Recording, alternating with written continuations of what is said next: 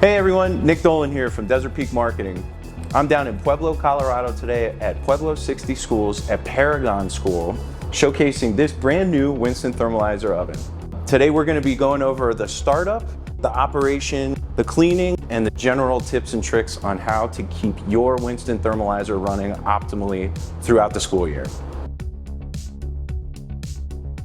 So first thing we're going to do is power the oven on. So you see here the flashing W. Press the flashing W button and we're off to the races. So you see here we have 8 preset selections. So today, depending on what we're cooking, we'll select one of these 8. We're going to start with channel 4.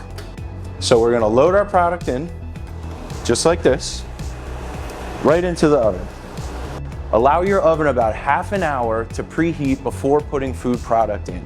So once we get the food in the oven, usually we're going to plan for about a half an hour cook time, depending on what it is that we're cooking today. So what makes Winston CVAP special and a little bit unique for the school setting is that I find in my experiences, lots of schools are used to using convection ovens. So we get to the 350 degree mark and we just let it go.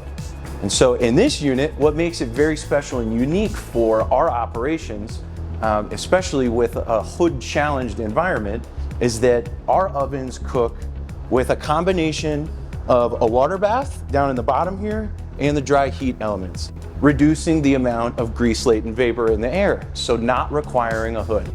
Local codes still do operate, so check your local jurisdiction there. So you'll see here we're sitting on channel 4. Now, you have 8 preset channels to choose from here. So channel 1, you have your moist bake. Channel 2 is a regular bake.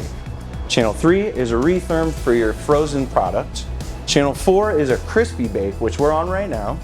Channel 5 is a gentle steam for your veggies. Channel 6 is for beef.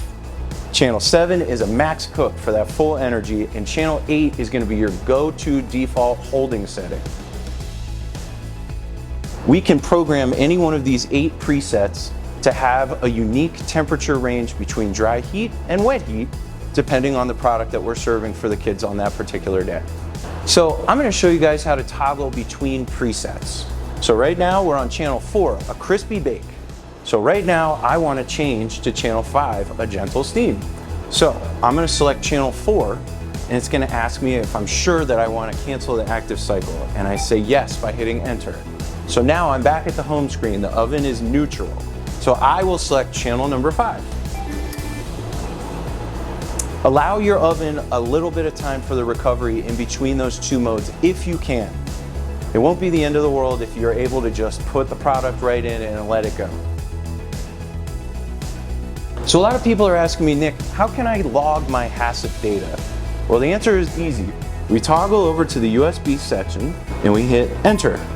And we have the option to download our Hassip information, or we can upload preset programs. Let's download our Hassip. So with your USB stick, go ahead and plug right in there and then hit enter. And that will give you an Excel document that you can send back to the office for documentation. Now, in this same program mode, if we toggle over one, we're going to upload presets. So if we had pre-programmed this oven with 8 settings that were unique that we wanted to take to a different school location, we would pop our USB in there and then we would hit enter here for the preset. And then we would take it to a different school, upload it, and have the exact same parameters uploaded on the next unit at a different location. Now, it's important to keep in mind that if your product is coming out of the freezer, as in pre-frozen bagged macaroni and cheese or French fries, it's going to have a different cook time if it's frozen versus if it's been sitting on the counter for a little while thawing. Just always make sure to allow yourself a little extra time for service if we need to allow maybe another 10 minutes in the retherm oven to get that product to the right texture.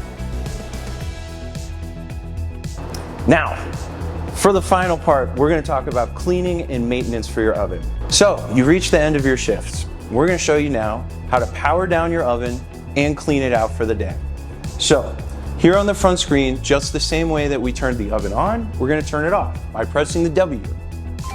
So now we're going into a cooling mode. So the oven will start pulling the heat out.